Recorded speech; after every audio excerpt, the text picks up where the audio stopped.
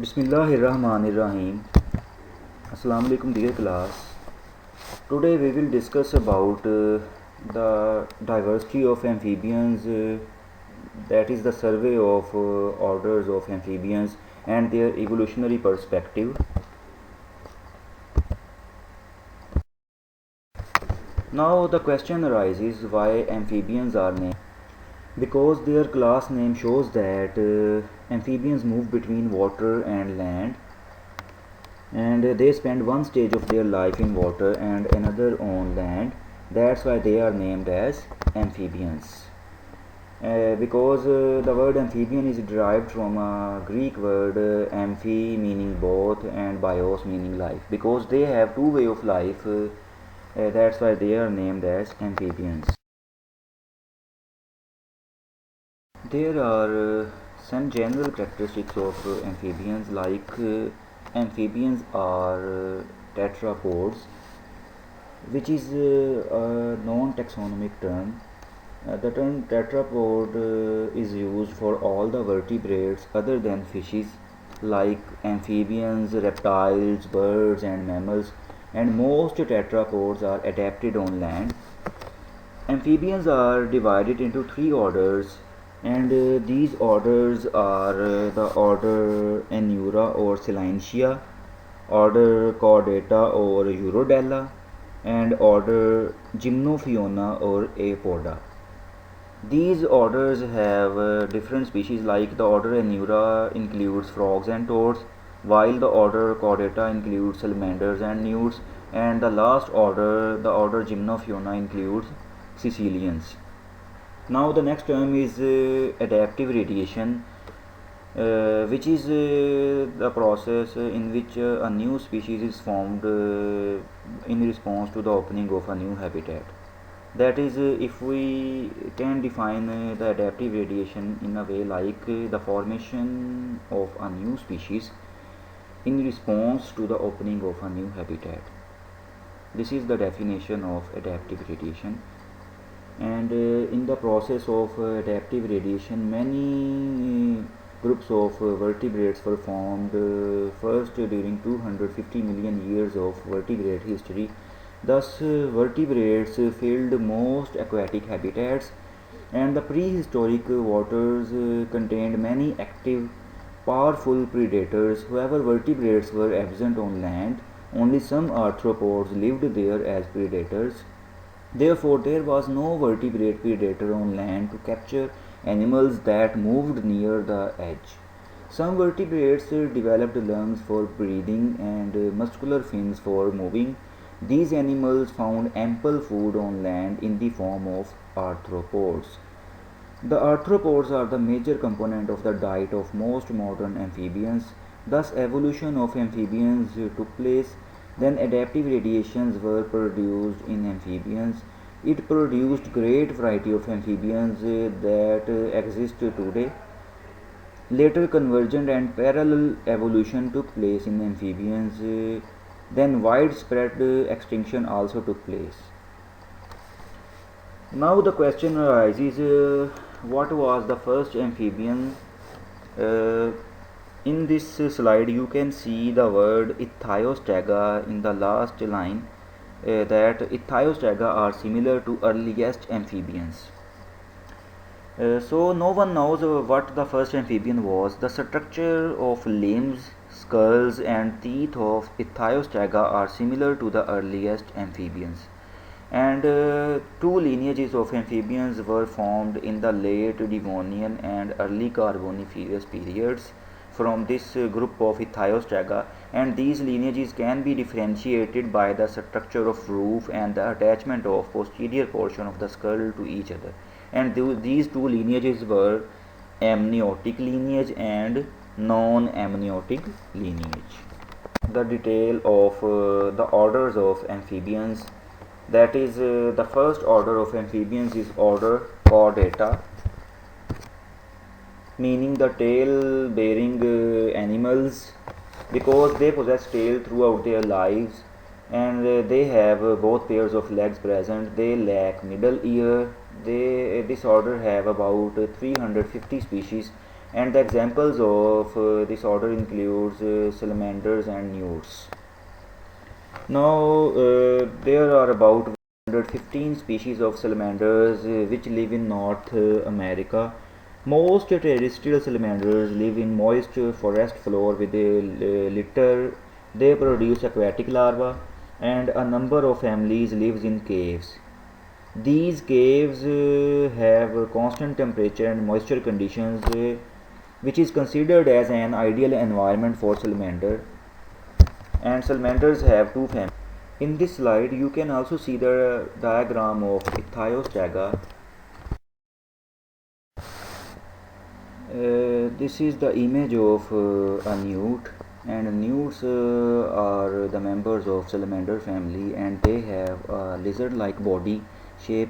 They are semi-aquatic. They spend part of the year on land, and they return to the water in spring to breed. Their eggs are laid in the water where they hatch into tadpoles, and then they proceed to develop front and back legs along with gills for breathing.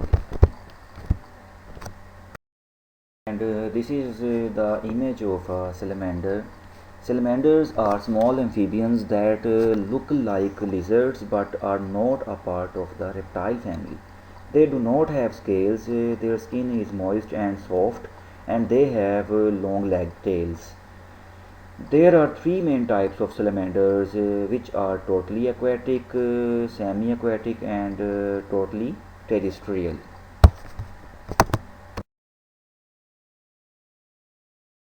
There are two families of salamanders.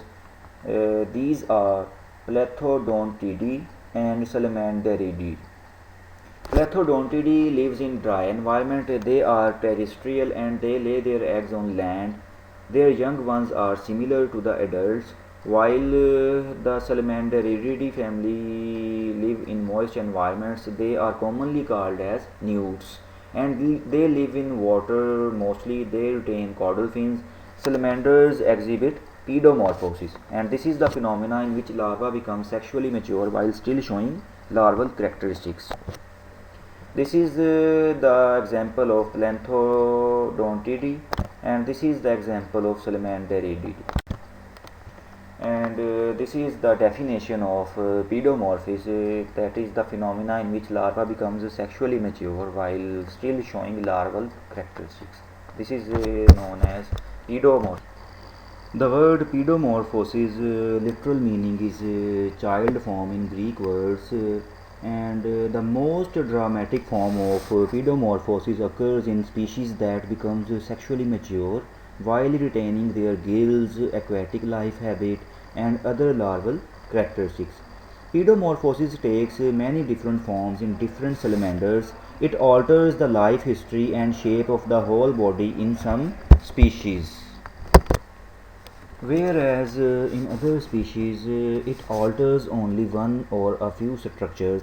The amphiomas lose their gills and activate their lungs before maturity, but they retain many general features of larval body form. Pedomorphosis is an important even in terrestrial plethodontids, which never have an aquatic larval stage. The second the second order of amphibians is order Gymnophiona, which is derived from a Greek word gymnos, meaning naked, and opinios, meaning of a snake. So the literal meaning of Gymnophiona is naked snake-like body, and they are the limbless amphibians. They have elongated body.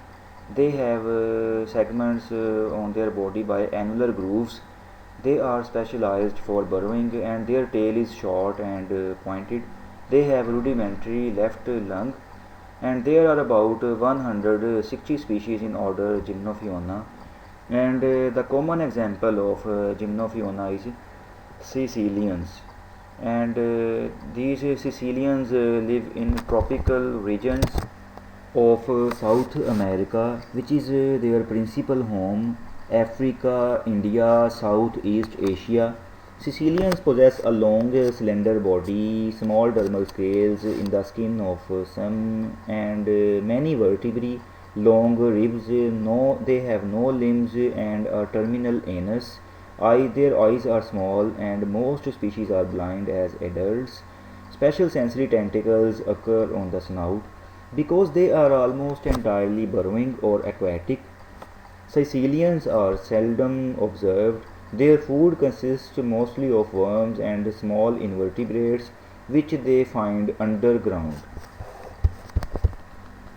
The word Sicilian is derived from a Latin word "cecus" meaning blind, because they are nearly blind. That's why they are named as Sicilians. Now the question arises, why the Sicilians appear segmented. The answer of this question is very simple, that because folds in the skin of Sicilians separate muscle bundles, therefore Sicilians appear segmented. The second question is why Sicilians are near blinds. Because a fold of skin cover partially the eyes of Sicilians, that's why they are near blinds. The third and the last order of amphibians is order Anura, which means without tail, because it is derived from the Greek word a meaning without and ura meaning tail. So they are the tailless amphibians. They live in moist environments, but a few even occur in very dry deserts. Their limbs are modified for jumping and swimming. Their hind limbs are long and muscular and end in a webbed feet. They have 5 to 9 pre-sacral vertebrae with transverse processes. Their post-sacral vertebrae are fused into a rod-like urostyle, and their tympanum and larynx are well developed. There are about 6,600 species of frogs and toads currently present in the world, and this order have only frogs and toads. This is the diagram of a frog showing the pre-sacral vertebrae, which are about 5 to 9 present in the frog, and these vertebrae you can see here that are somewhat having transverse processes, and below the vertebrae is a single rod like unsegmented bone that represents a number of fused vertebrae and forms the posterior part of the vertebral column of frogs. This long unsegmented bone is termed as urostyle, which I have mentioned in the last slide. So you can clear your concept by watching this image clearly.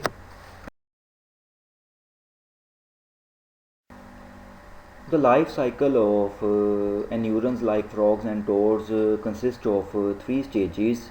These stages are eggs, larva, and adult. As the frog grows, it moves through these stages in a process known as metamorphosis. Frogs are not the only animals to undergo metamorphosis. Most other amphibians also undergo remarkable changes throughout their life cycles, as do many species of invertebrates. During metamorphosis, two hormones, prolactin and thyroxine, control the transformation from egg to larva to adult. The breeding season for frogs usually occurs during the spring in temperate climates and during the rainy season in tropical climates.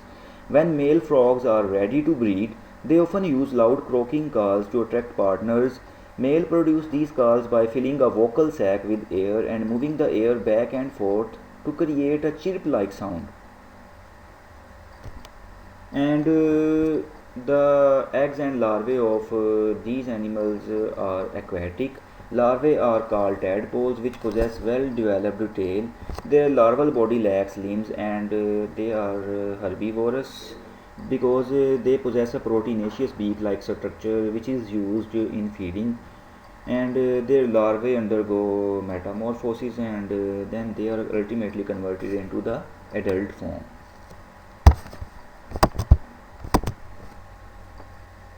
This is the diagram showing the life cycle of a frog, in which you can see that there are the eggs which are converted into tadpole larva, and the tadpole larva with two legs, and this is converted into four legs larva, four-legged larva, and This four-legged larva is converted into a froglet, which is ultimately converted into an adult frog.